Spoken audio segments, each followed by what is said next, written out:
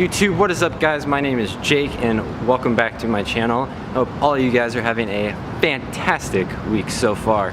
Welcome back to another episode in the skate industry news, skate culture news. I don't know. We gotta come up with a good name for this series because I don't really know what to call it yet. Hopefully something good.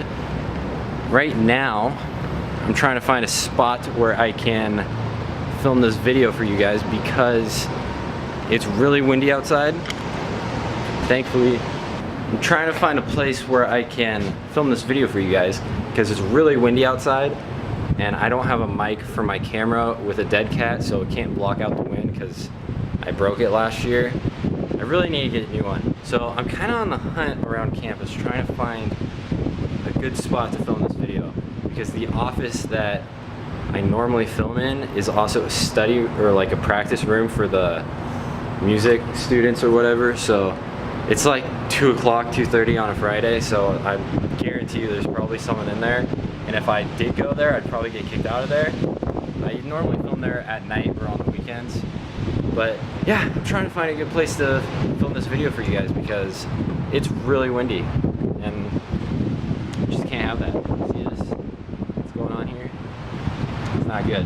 This one's a little bit okay. It's still kind of windy, but yeah. I will be right back with a good spot to film this video for your faces.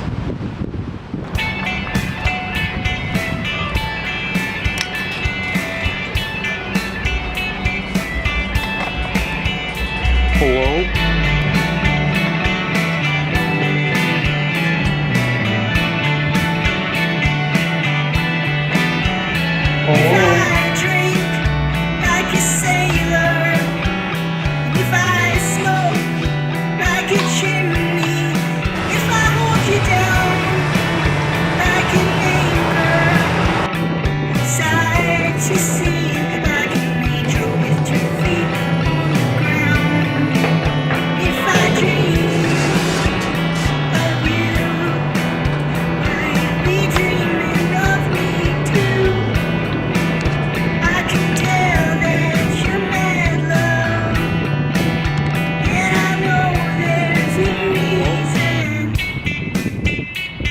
So the topic of today's news in skate culture news, skate industry news in the industry right now. What's the biggest, hottest news that's happening?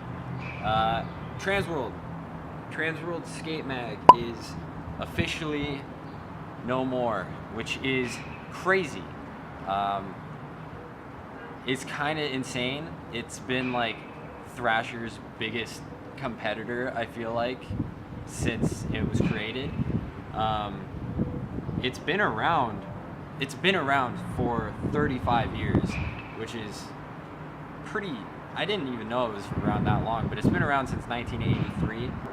It was originally intended to be a more accessible alternative to Thrasher Mag because Thrasher sometimes, as some of you may know, has some mature content in there from time to time. So people who started Transworld wanted a magazine that could be suitable for skaters of all ages, I guess would be the best way to say it.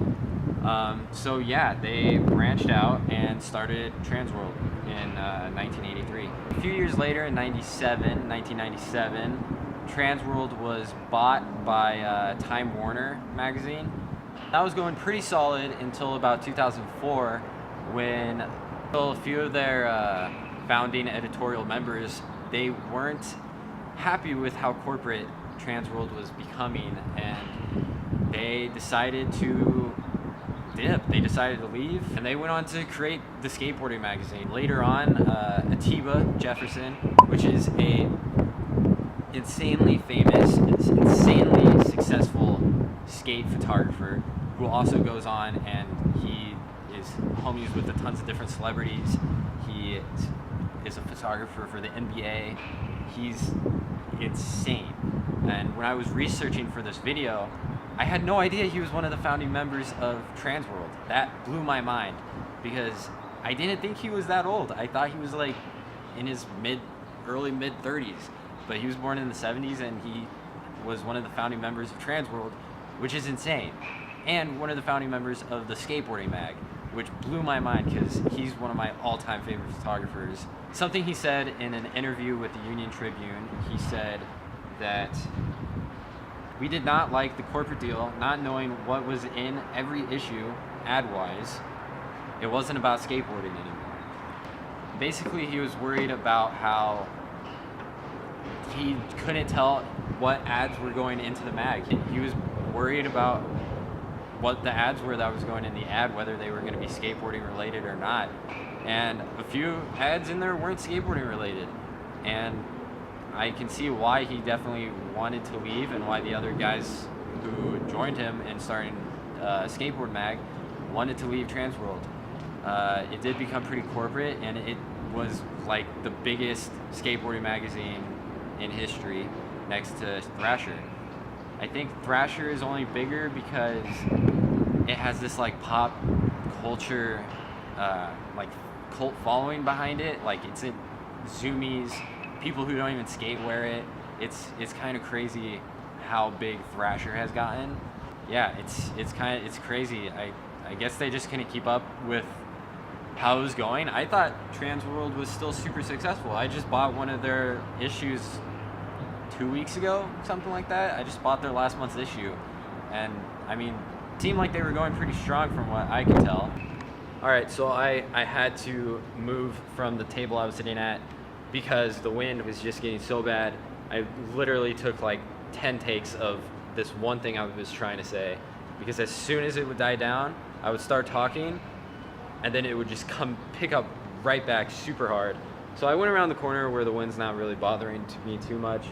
But basically what I was saying was, when I was doing my research for this video, I stumbled upon an article by Jenkin that said, officially Transworld's final issue will be their March-April issue, which is this month's issue. Hopefully I'll be able to pick it up. And that after this issue is released, they are officially ceasing print on their magazine. Now, this is a really big bummer. It's sad to see such a huge part of skate culture go away and go out of business, and especially so close to the news that Huff Shoes is going out of business. It's sad. It's sad. I'm hoping that no other huge companies and brands are going to go out of business anytime soon. Otherwise, 2019 is looking very sad for core skate products, businesses, and I don't know. But the good news is, like how Huff is continuing to make apparel, Transworld is continuing their website, and they say that they are going to continue posting content on there often. They're just ceasing their magazine. So thankfully, there is still going to be some sort of Transworld out in the world today. But again, it's sad that the magazine's going away. But with that said, what are you guys' thoughts on Transworld? Did you like Transworld? Do you like Transworld more than Thrasher? Let me know down in the comments below. And yeah, I think that's gonna pretty much sum up this video. It has been incredibly frustrating to try and make with this wind. I spent a lot of time trying to find a place to film, and I found a place to film, and it was still super windy. But we got through it. We did it. You and me together. We got through this. So if you like this video and you want to see more videos like this from myself, hit that like button. Smash it if you want, if that's something you desire. Like, love, I don't know. Hit it. If you liked it, just hit the button, I guess. And again, if you want to see more videos like this from myself, hit that sub boot button and come back Saturday for our regularly scheduled video at 12:30 p.m. Pacific Standard Time. We're on that grind. Every Saturday is our regular video. And maybe come back next Wednesday for another update, skate culture news, something. We gotta come up with a name. Like I said, if you think of something cool to call this series, leave a comment down below. Also, leave me a comment down below of what you thought of the video. And yeah, I think that's basically everything I have to say. Yeah, I don't know. I don't think I have anything else to say. Besides, I hope you guys have a fantastic rest of your week and day, and I love your faces. Peace. Roll that outro. Sorry I didn't kiss you, but it's obvious I wanted to.